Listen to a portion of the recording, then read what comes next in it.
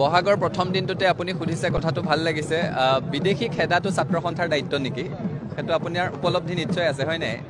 গতিকে যাৰ যেটো কাম বিদেশী বিতৰণ আন্দোলন ছাত্ৰ সন্থাই কৰিছিলে অসমত যে বিদেশী আছে সেই বাস্তৱ সত্যটো উত্থাপন ছাত্ৰ সন্থাই কৰিছিলে অসমত যে বিদেশী আছে অসমত যে বিদেশী ভাগ ভাগ কৰাৰ নামত ৰাজনীতি হৈছিল আইএমডিটি আইনৰ সময়ত সেই কথা ছাত্ৰ সন্থাই উত্থাপন কৰি আদালতত গোচৰ ৰুজু কৰি সেইখিনি সময়ত ছাত্ৰ সন্থাৰ এগৰাকী প্ৰাক্তন বিষয়ববীয়াই আইএমডিটি বাতিল কৰিছিলে কা বিৰোধী আন্দোলন হল বিদেশীৰ নামত ধৰ্মৰ ভাগ ভাগ কৰা হল এতিয়াও ছাত্ৰ সন্থাই আমি আদালতৰ মজিয়াত যুঁজি আছো গতিকে বিদেশী হেডা কামটো যদি ছাত্ৰ সন্থাক কোনোবাই জাপি দিবলৈ বিচাৰে কোনোবাই যদি ক'ব বিচাৰে যে বিদেশী ছাত্ৰ সন্থাই খেদিব লাগিছিল তেতিয়াহ'লে তেওঁলোকে চৰকাৰক নিজৰ দায়িত্বৰ পৰা খুব প্ৰকাৰান্তৰে সৈতে হাত হাৰাই চৰকাৰৰ ওপৰত থাকিব লগা বুজাটো চৰকাৰৰ ওচৰৰ পৰা আঁতৰাই ছাত্ৰ সংগঠনলৈ ঠেলিবলৈ বিচাৰিছে যেটো উচিত কথা নহ'ব নিশ্চয় বিদেশী আমি খেদিব নোৱাৰিলো নিশ্চিতভাৱে বিদেশী খেদা কামটোৰ জাতিটোৰ নাছিলে আপুনি আমি বুলি কওক আছু বুলি কওক আমি অসমীয়া সমাজখন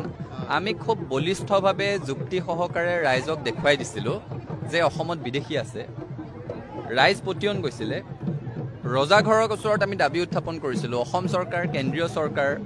এতিয়া অসম চৰকাৰত আমাৰে মাজৰ মানুহ গৈ গৈ চৰকাৰ গঠন কৰিছে তেওঁলোকে সময়ে সময়ে বিশ্বাসঘাতকতা কৰিছে কোনো এটা ৰাজনৈতিক দল বুলিয়ে নহয় যোৱা 85 চনৰ পৰা এতিয়ালৈকে দিল্লী আৰু দিছপুৰত Congress AGP BJP left party সকলোৱে মিলি জুলি সন্মিলিত চৰকাৰ বহুবাৰ চলালে প্ৰত্যেকেই নিৰ্বাচনী ইস্তাহাৰত অসম চুক্তি ৰূপায়ণৰ কথাটো কয় অবৈধ বিদেশী নাগৰিকৰ সমস্যাটোৰ সমাধানৰ একমাত্ৰ উপায় অসম চুক্তি ৰূপায়ণ কোনোটো ৰাজনৈতিক দলেই নকৰিলে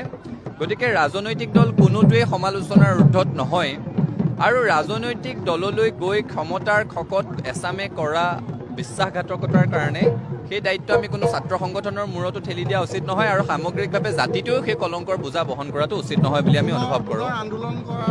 হ'ব নেকি কাৰণ বিদেশী আছে খেদিব লাগিব নিশ্চয় আপোনালোক ওলাই আহিলে নিশ্চয় আন্দোলন হ'ব কিয় নহ'ব আপুনি ওলাই আহিব লাগিব আমি ওলাই আহিব লাগিব সকলো ওলাই আহিলে আন্দোলন হ'ব আৰু পুনৰ আন্দোলন হ'ব বুলি কথাটো কৈ আচলতে যোৱা 40টা বছৰে অসম চুক্তিৰ ৰূপায়ণৰ কাৰণে প্ৰজন্মৰ পৰা প্ৰজন্মলৈ অসমীয়া যুৱক যুৱতীয়ে কৰি থকা আন্দোলনটোক উপলুঙা কৰা হয় পুনৰ আন্দোলন মানে কি অসমত আন্দোলন স্তিমিত হৈছে নেকি যে আন্দোলন মানে কেৱল